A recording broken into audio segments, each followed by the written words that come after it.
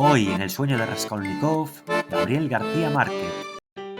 Hola a todos, hoy vamos a adentrarnos en la fascinante vida de uno de los grandes maestros de la literatura universal, Gabriel García Márquez, el célebre escritor colombiano que nos regaló historias inolvidables llenas de realismo mágico. Pero, ¿quién fue este hombre que transformó la literatura para siempre? Abran bien los oídos porque esta historia comienza hace más de un siglo en un pequeño pueblo de Colombia. Gabriel Eligio García, un joven telegrafista con fama de mujeriego, se enamoró de Luisa Santiago Márquez, hija de una familia respetable de Aracataca. A pesar de la firme oposición de la familia de Luisa por diferencias sociales y políticas, Gabriel perseveró con telegramas y serenatas ganándose su corazón. En 1927 se casaron y nació su hijo, Gabriel José de la Concordia García Márquez, apodado desde pequeño como Gabo, quien más tarde inmortalizaría esta historia en su novela El amor en los tiempos del cólera. Sus padres abandonaron pronto el pueblo rumbo a Barranquilla para abrir un negocio como farmacéuticos, por lo que Gabo se quedó con sus abuelos maternos, lo que influiría de forma determinante en su forma de entender el mundo y la literatura.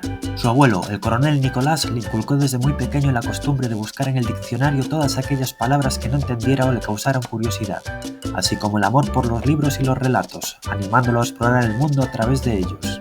De él heredó un fuerte sentido de la justicia social, la sensibilidad ante la violencia y un profundo interés por la historia. Por otro lado, su abuela, Tranquilina Iguarán, alimentó su imaginación con relatos llenos de fantasía, creencias mágicas y supersticiones. Tranquilina le narraba historias de apariciones, milagros y eventos sobrenaturales con una naturalidad que hizo que el joven Gabriel las asumiera como parte de la realidad. De este bagaje nació su estilo característico conocido como realismo mágico, donde lo extraordinario y lo cotidiano coexisten sin que resulte sorprendente. Gracias a sus abuelos combinó dos formas de narrar el mundo, la realidad histórica y la fantasía. Este equilibrio se convirtió en la esencia de su obra y fue lo que lo llevó a capturar la riqueza y las complejidades de América Latina como nadie más lo había hecho.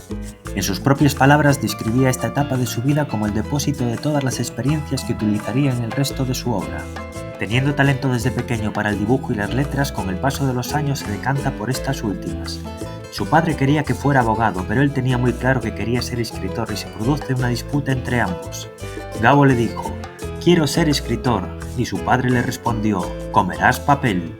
Para contentar a su padre se matriculó en Derecho en Bogotá, pero en 1948 todo cambió con el Bogotazo. Tras el asesinato del líder político Jorge Eliezer Gaitán, las universidades cerraron en medio del caos. Aprovechando la oportunidad, Gabo abandonó sus estudios y se trasladó a Cartagena para trabajar como periodista en el Universal.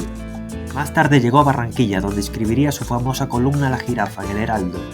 Fue allí donde se unió al mítico grupo de Barranquilla y comenzó a dar forma a su primera novela, La hojarasca. Durante esa época vivió en un modesto hotel compartiendo historias con prostitutas que le lavaban la ropa a cambio de cartas escritas para sus familiares.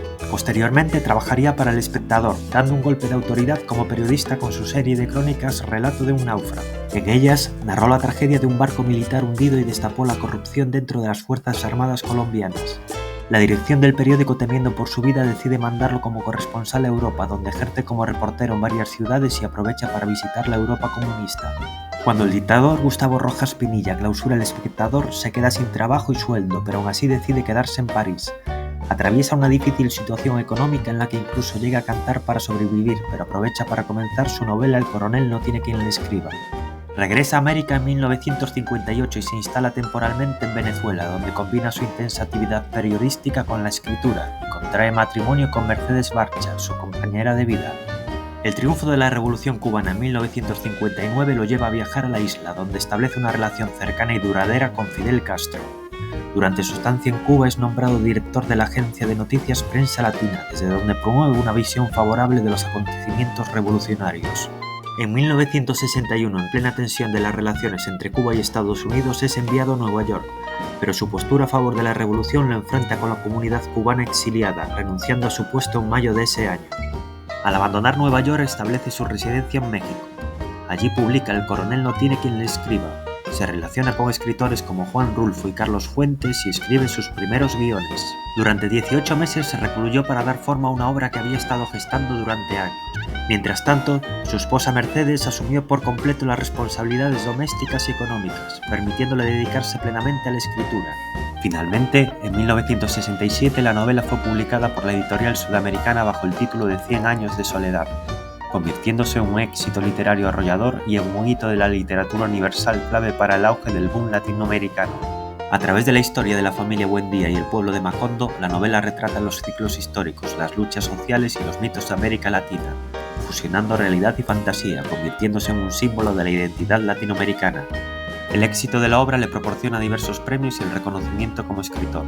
Se traslada con su familia a Barcelona, donde coincidió con Mario Vargas Llosa y residió hasta 1975, año en que publica El otoño del patriarca y se traslada a Ciudad de México. Aunque su cercanía al castrismo lo fue distanciando de algunos amigos escritores, la ruptura más sonada se debió a una mujer, en concreto a la de Vargas Llosa. El 12 de febrero de 1976, este viajó a México y se encontró con García Márquez en el vestíbulo de un cine donde ambos asistían a un estreno. Gao abrió los brazos y exclamó: ¡Hermano! Pero Vargas Llosa, sin mediar palabra, lo derribó de un puñetazo. Fue la ruptura más sonada de la historia de la literatura. En los años 80, Gabo deslumbró nuevamente con Crónica de una muerte anunciada, y 1982 marcó un antes y un después al recibir el Premio Nobel de Literatura. Su habilidad para entrelazar imaginación y realidad transformó la literatura mundial. En Estocolmo vistió un liquiliqui, el traje tradicional del Caribe colombiano, y pronunció un inolvidable discurso titulado La soledad de América Latina, donde destacó los retos pero también la riqueza cultural de la región. Para él, el Nobel no era un triunfo personal, sino un homenaje a toda América Latina. Con esta proyección internacional dedicó su vida a promover la cultura y en 1994 fundó la Fundación para un Nuevo Periodismo Iberoamericano, para promover el periodismo comprometido y de calidad en la región. Entre sus publicaciones más destacadas después del Nobel están El amor en los tiempos del cólera, una apasionada reflexión sobre el amor y el tiempo, y su autobiografía de 2002, Vivir para contarla. Tuvo una relación ambivalente con el cine. Admirador del séptimo arte, colaboró en guiones, actuó en algunas producciones y fundó una escuela de cine en Cuba. Sin embargo, las adaptaciones de sus obras no fueron de su total agrado. Su estilo único, lleno de magia y complejidad narrativa, dificultó que las películas estuvieran a la altura de sus libros. Críticas negativas, incluso producciones con grandes elencos, lo llevaron a resistirse a que 100 años de soledad llegara al cine. Tal vez prefirió que Macondo siguiera siendo un territorio exclusivo para la imaginación de sus lectores. Sin embargo, su familia ha roto esta resistencia al permitir que Netflix produzca una adaptación, lo que abre la puerta para que una nueva generación explore esta obra maestra. En sus últimos años de vida vivió con la serenidad de quien ya lo ha dicho todo, rodeado del cariño de su familia en México, el país que eligió como hogar. En su estudio, entre libros, premios y fotografías que marcaban una vida extraordinaria, seguía escribiendo en su mente donde las historias nunca cesaron. Partió un día soleado de abril de 2014, dejando un legado inmortal que revive cada vez que un lector abre un libro suyo. Muchas gracias por tu atención y hasta otra.